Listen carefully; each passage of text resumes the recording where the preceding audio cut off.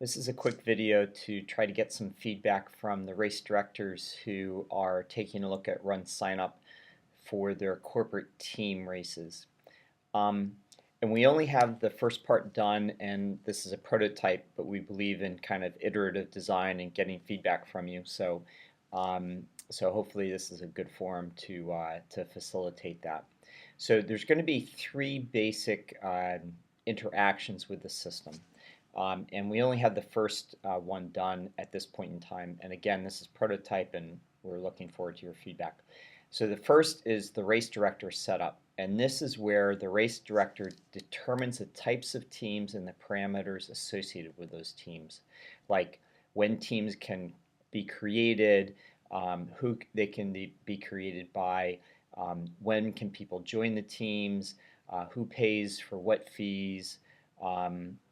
You can do sorts of things like set different levels with predetermined numbers of registrations. So you could have like a platinum sponsor have 1,000 positions and a gold sponsor have 250 positions that are reserved for them in the race or something like that. Or you can leave that open and the captain will determine that when they register their team. The second kind of set of screens that we'll be developing shortly, but are not ready to view yet, is the team captain setup and payment. And this is where the team captain determines the parameters for their specific team. Are they going to pay for 10 employees? Are they going to pay for employees and family members? How do they want to define a family member and who they're going to pay for? How and when are they going to pay? Will they be paying up front? Will they be paying, and this again depends partly on what the race director sets up. Will they be paying at the end? Will they be paying online or with a check or cash to the race? And then the third set of screens that will come will be the actual registration when a runner joins a team and signs up for the race. How that is going to get laid out. So let's take a look at this first page, and this again is for the race director setting up the race. So we'll start at the top and we'll go down. First is the payment method. So you can allow team to pay by credit card at team setup time. You can allow the team to pay later by credit card, allow the team to pay later just by cash or check. So for example, if I turned off the top two buttons and just had this button on, what that means is that the teams would be paying at the end. So in the case of the Verizon example, 2 weeks prior to the race, you're going to send a bill to the organization that has had 8 people sign up on their team, and you're going to bill them for that, and they're going to pay you with a check. If you check this box, then they're going to be able to come into RunSignUp and make that payment via credit card. Then this box up here is for the use case where somebody might be, you might define different levels of sponsorship. So you could have a platinum level sponsor that you're going to charge $30,000 to, and as part of that sponsorship level, they would get to enter in, say, 1,000 runners from their corporate team into that race. So you can choose any of these kind of at your will. So we're obviously trying to solve use case for a lot of different corporate team races here. The second one is the processing fee. Now, when you set up your race, you're setting up whether the runner is paying the processing fee or not. But when a corporate team pays, how is that processing going to be done?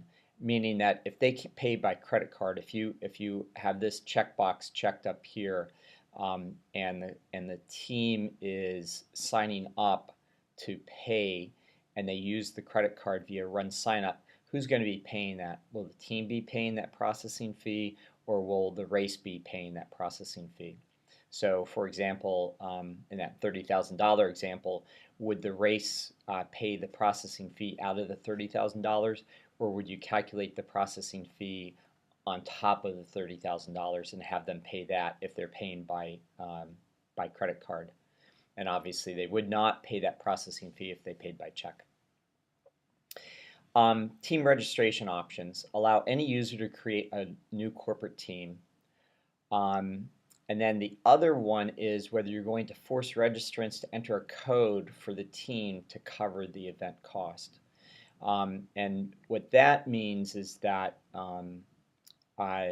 each company might have its own secret code, and you're only able to get free entry or discounted entry if you enter that secret code. In the case of the Verizon Classic, that's more of a trust type of a system. In the case of the Kaiser Permanente example, they want to have a coupon code for every one of their organizations.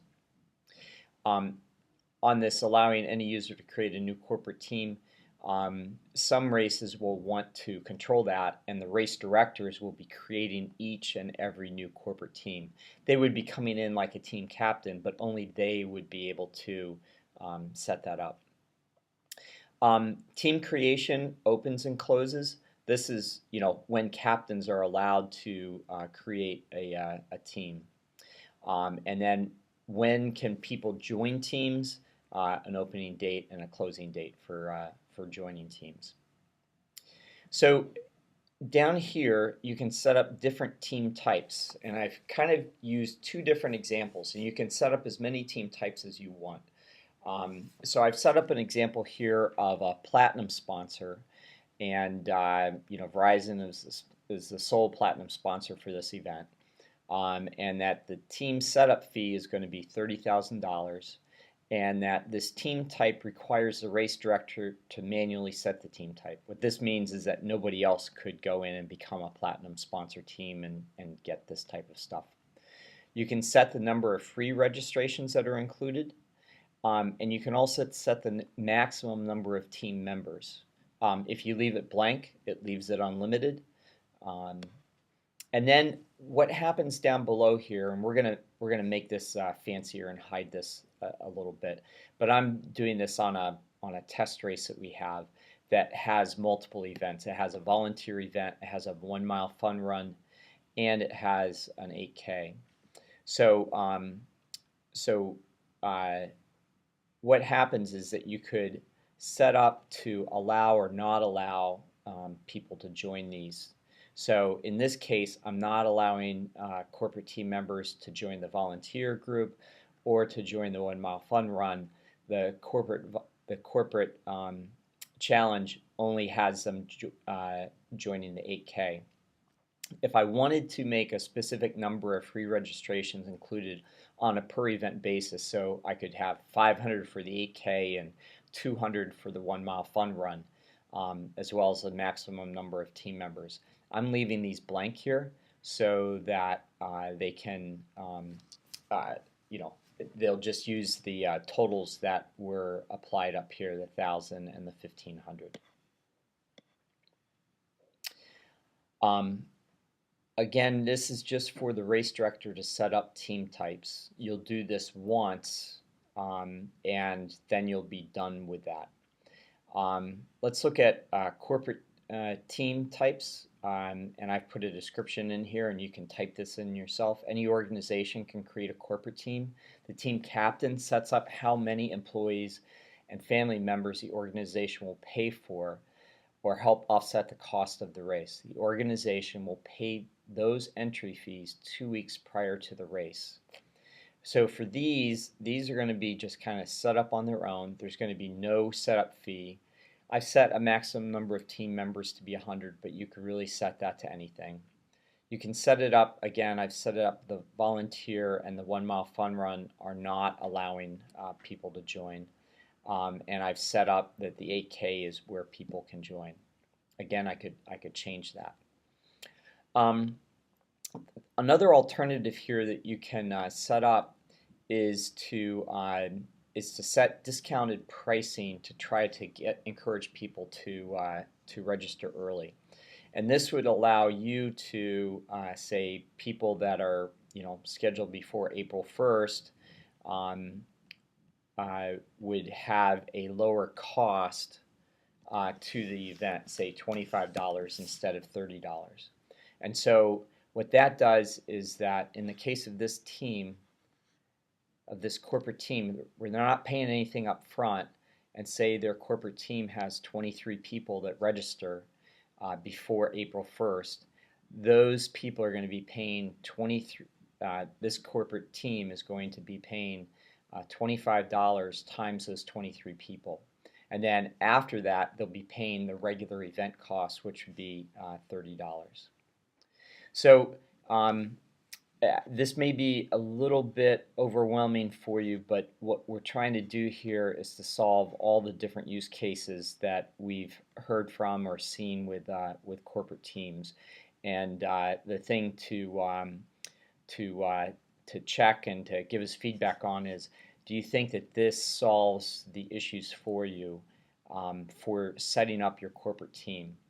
And again, we're going to be coming back over the coming days and next week with the team captain setup and payment page, as well as how runners are going to be setting that up. So thank you.